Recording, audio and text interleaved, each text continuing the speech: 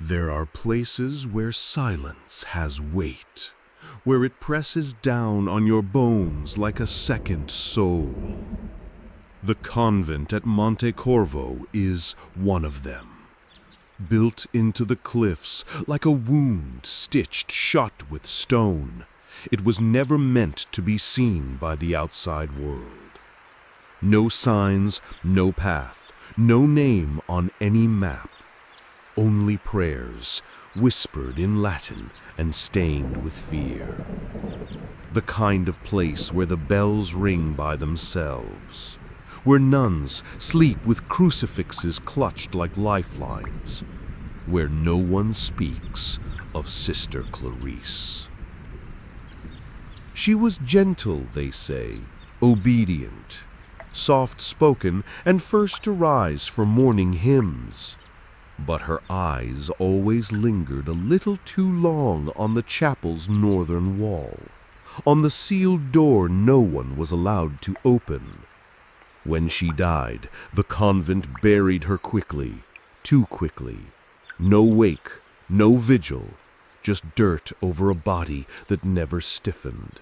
The official story, pneumonia, but the truth was whispered only once by the oldest sister before she bit off her own tongue. She never closed her eyes, she said. She was looking at something. Welcome to Convent Nightmares. If you're watching this, light a candle and do not look away. Subscribe for more stories they never meant to be told, and comment below your city and country so she knows where you're watching from. She listens even now. The wind that moves through Monte Corvo isn't wind at all. It's her.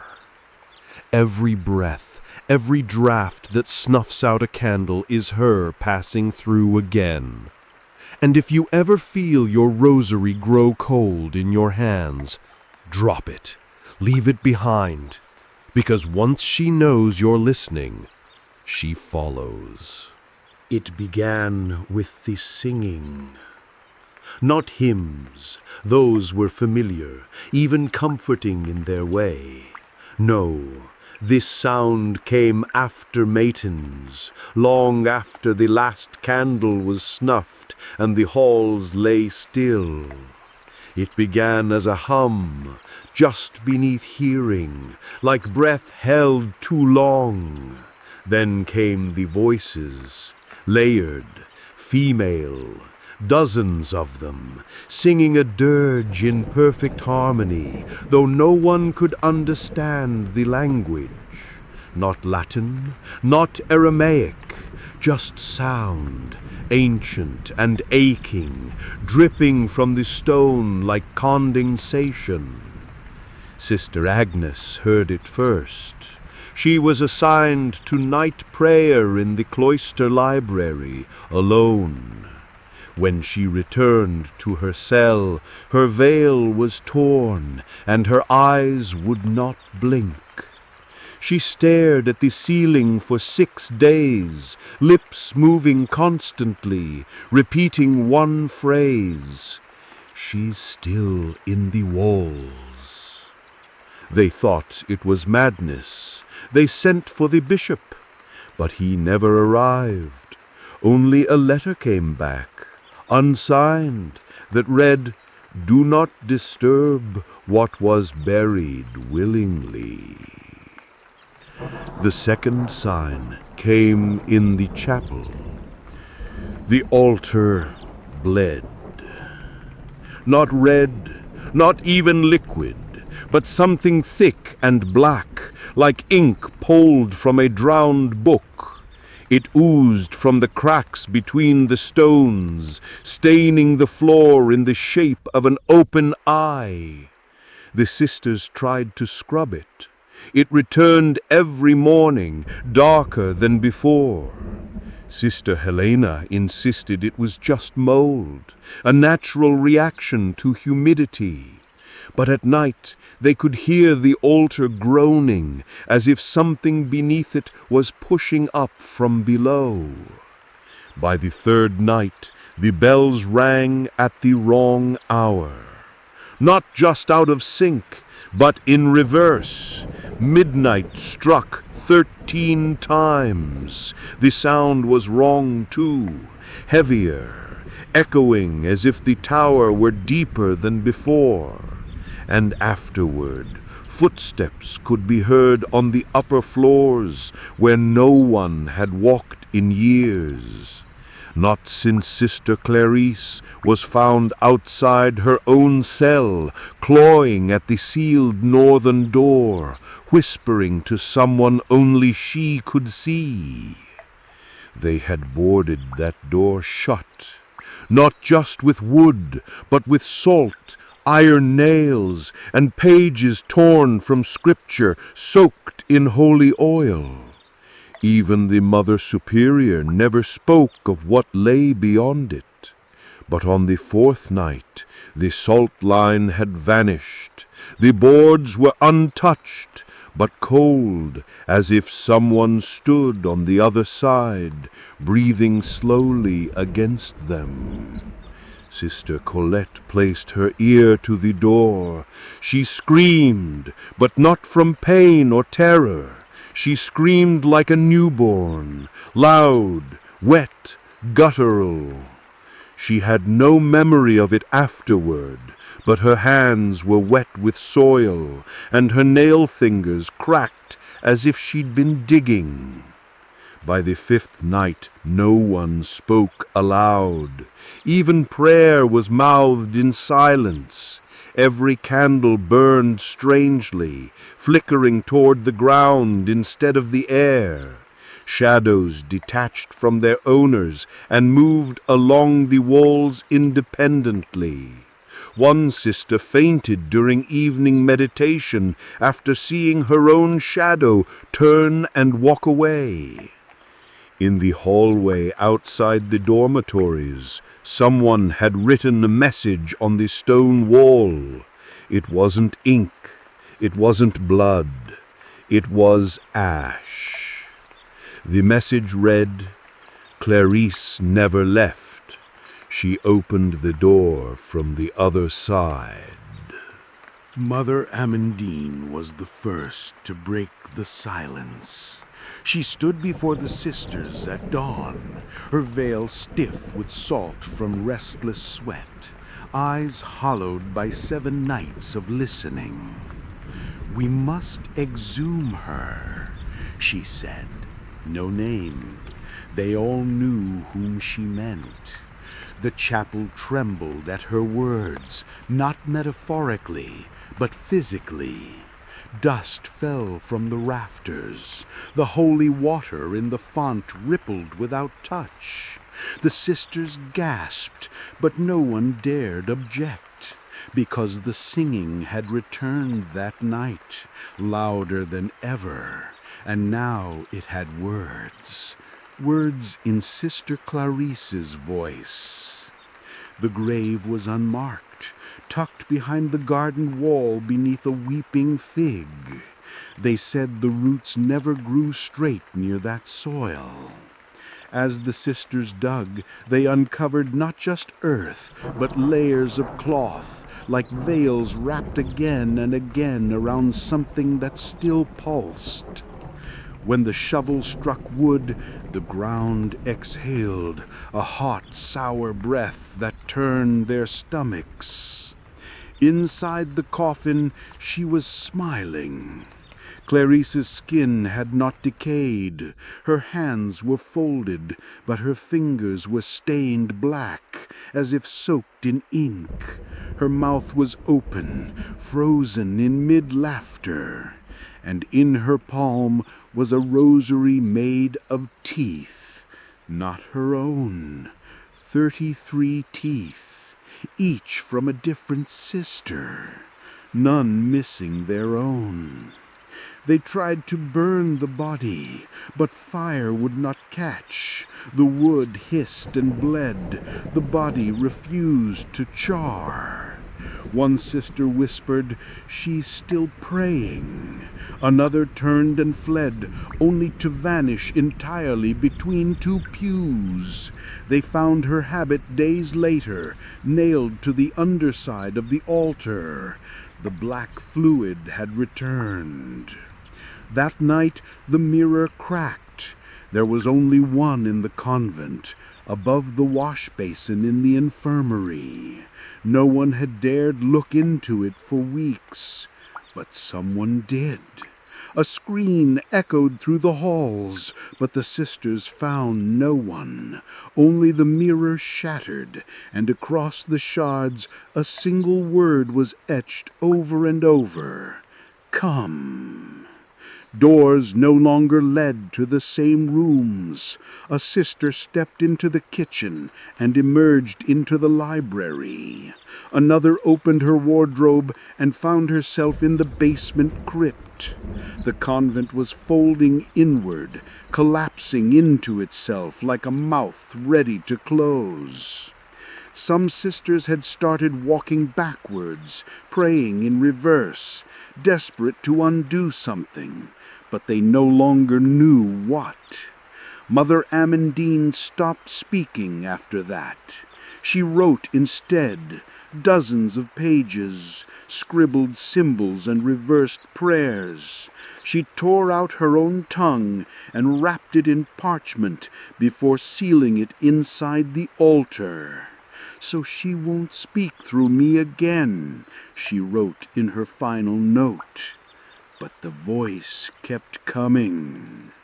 It seeped into their dreams, Clarice whispering behind closed eyelids, telling them things they never admitted, even to themselves, and promising them that beneath the floorboards was not hell. No, beneath the floor was peace, quiet, acceptance. A place where no prayers were needed, because the truth had already been answered. The silence became law. None dared speak anymore, not even to God. The chapel's bell rope was cut, yet the bell rang every dusk. When it did, every sister felt their heart skip once, exactly once, like it had been plucked by invisible fingers. Meals were left uneaten, doors stayed bolted, and yet each morning a new plate was scraped clean, a new habit was soaked and drying on the line. Someone or something was moving when they weren't. Sister Marguerite was the first to admit it aloud, though her voice was barely more than a whisper scratched between sobs. "I saw her," she said. "Clarice was in my cell." The other sisters didn't react. Some closed their eyes. One began to hum. "She said I'd be the last to resist." That night, Marguerite did not sleep, nor did she pray. She stood facing the chapel door until dawn, and when the others found her, her eyes were gone. Not removed, sealed, flesh melted smooth. In her place, a letter sat. It was not written in ink, but scorched into the paper with heat. The message read, "Do not weep for the lost. They are the fortunate ones. I only want those who still believe." Signed with a fingerprint in blood. No one could determine whose it was. It belonged to none of the living.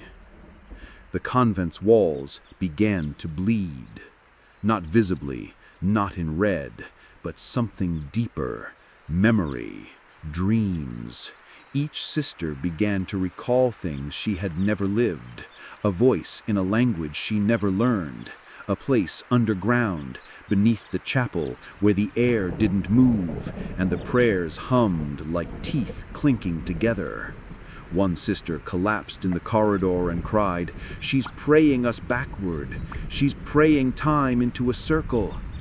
That's when the staircase appeared. It hadn't been there before, not in any blueprint, not in memory. Just behind the sealed northern door, now ajar. The steps spiraled down, impossibly far, and smelled of incense and soil and metal. No one was ordered to descend. No one suggested it, but they all knew this was where it ended, or where it would begin again. 7 sisters entered. Only one returned. Her name was Sister Elodie, the youngest, barely 21, new to vows. She was silent when she emerged, pale, barefoot, her hands trembling and blackened. She would not speak, but every night after, she would write a single word on her cell wall before scrubbing it away at dawn. Listen. The others began to see her at odd hours, standing in hallways she hadn't entered, reflected in windows she wasn't near, and when she blinked sideways. The convent stopped following the calendar. There was no day or night anymore, only the bell, only the humming, only the scent of damp earth that now filled every corner. Time thickened like soup. Sisters reported waking from dreams that lasted days, only to find the candle beside them burned all the way down, with wax pooled in a perfect spiral. They began digging, not as punishment, not as escape, as devotion. They dug with bare hands, in corners, behind statues, beneath their beds. Every pile of dirt was shaped into small mounds, like graves for mice. They said Clarice was coming back, not as herself, not as a ghost, but as something the soil wanted to remember. And all the while, her rosary of teeth lay untouched in the chapel, waiting. The snow came early that year. Monte Corvo had not seen snow in over 4 decades. Yet on the 14th night after Sister Elodie's return, the sky opened with a slow, silent fall that coated every stone with white. But the snow never melted. It remained, despite the warmth of the season, despite the fire they tried to keep lit in the chapel hearth. The flakes landed like ash, each one square, soft, and humming faintly if held to the ear. Sister Therese claimed she saw Clarice walking barefoot through the courtyard, leaving no prints in the snow. She had no shadow, she whispered, only echo. But the others didn't want to hear it. They had started placing wax in their ears, praying only with their hands. The singing had become unbearable. It wasn't just music now. It had shape. When they closed their eyes, they saw faces formed by melody, mouths where no mouths should be. One of the novices, Sister Fleur, lost her voice entirely. Not from fear, not from trauma, from mimicry. She had begun to hum back the same tune, the same pitch, perfect harmony. It overtook her. One morning she simply never opened her eyes again. She stood at the edge of the cloistered garden, lips moving, hands motionless. Birds refused to land near her. They said her body had become a vessel, a tuning fork for Clarice's will. And what was her will? To be remembered, to be worshipped, but not as a saint, as a silence. The kind that replaces sound not with peace, but with absence. A silence that devours, that rewrites prayer into surrender, that makes you forget your name. The sisters began referring to her not as Clarice anymore, but simply as Her. The name itself began to ache in their throats, as if saying it bruised the tongue. The rosary of teeth disappeared. One morning it was gone from the altar, and in its place sat a new item, a candle that burned blue, with no wick. It burned upward and downward at once. The floor beneath it grew warm, and something below shifted. The staircase reappeared, but now it led in two directions, up and down. The sisters debated. Which way did she want them to go?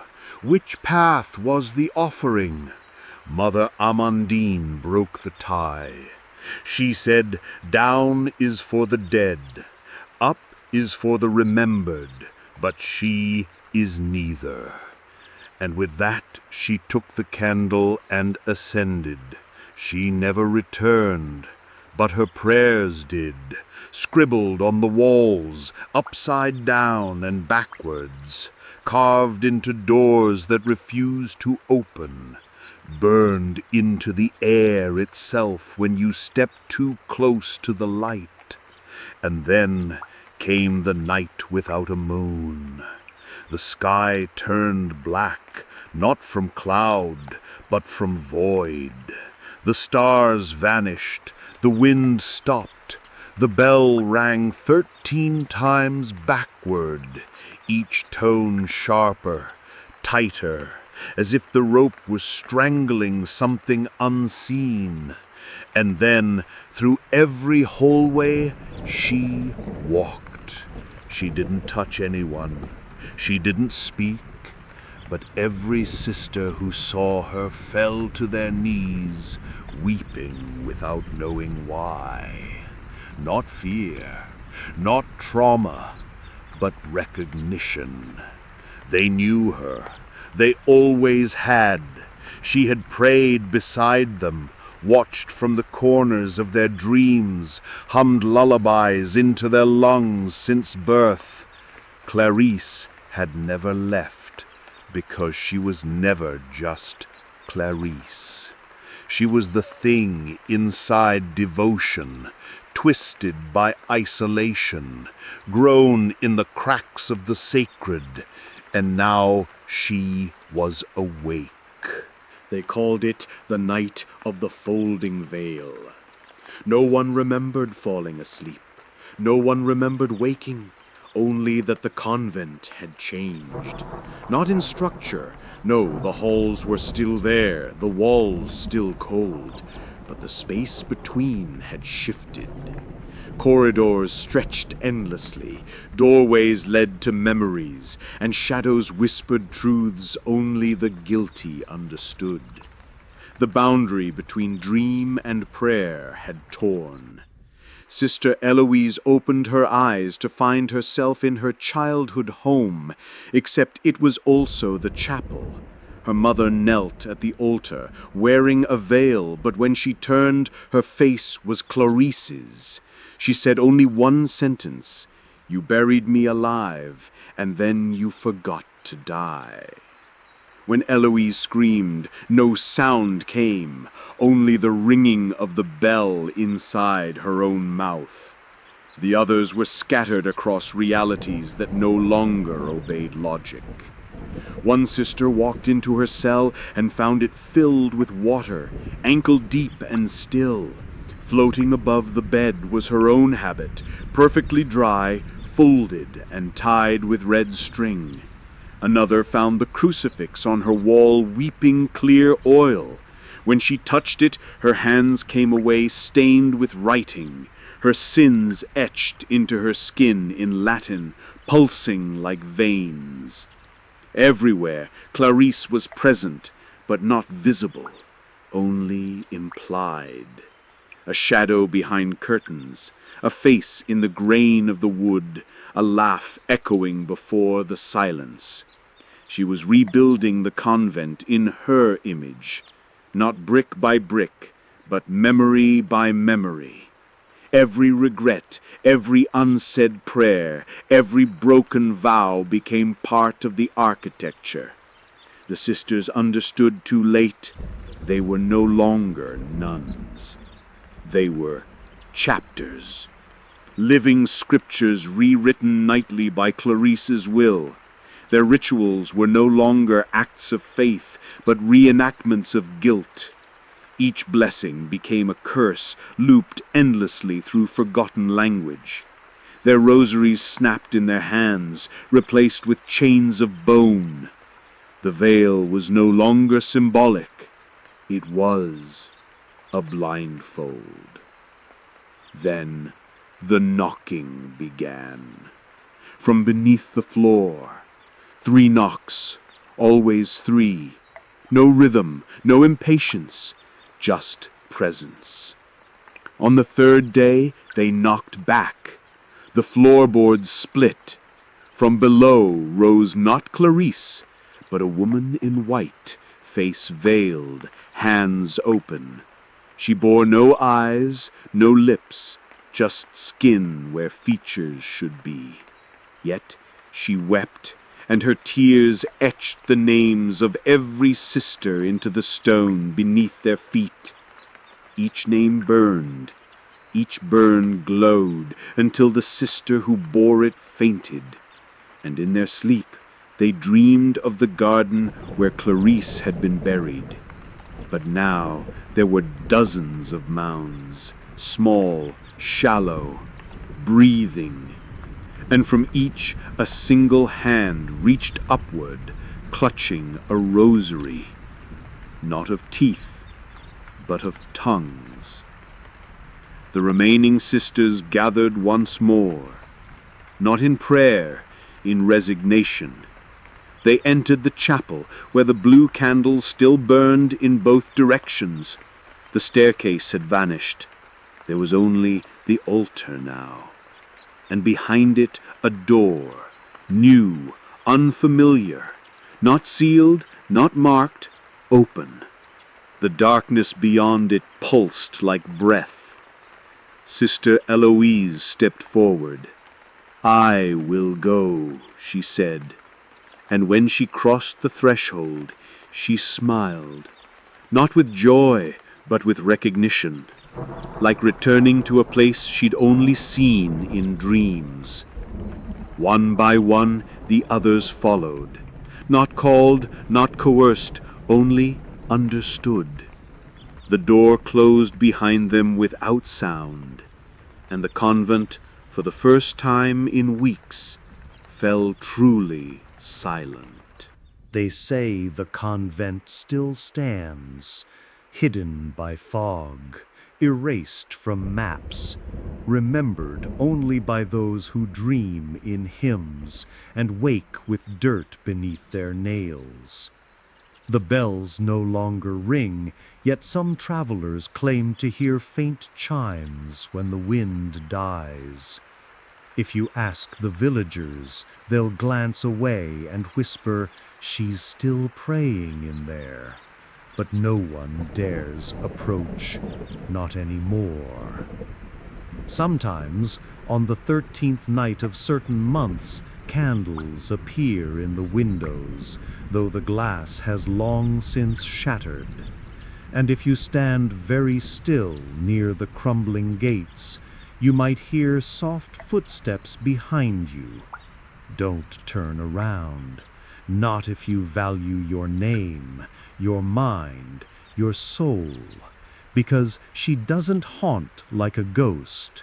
She waits like a memory, patient, shapeless, eternal. A psalm that never ends. This was another descent into Convent Nightmares. If your lights are still on, if your breath hasn't caught in your throat, leave a like, subscribe, and tell us from which country and city you're watching, so she knows where to begin her next prayer. And remember, silence isn't always peace. Sometimes it's her listening.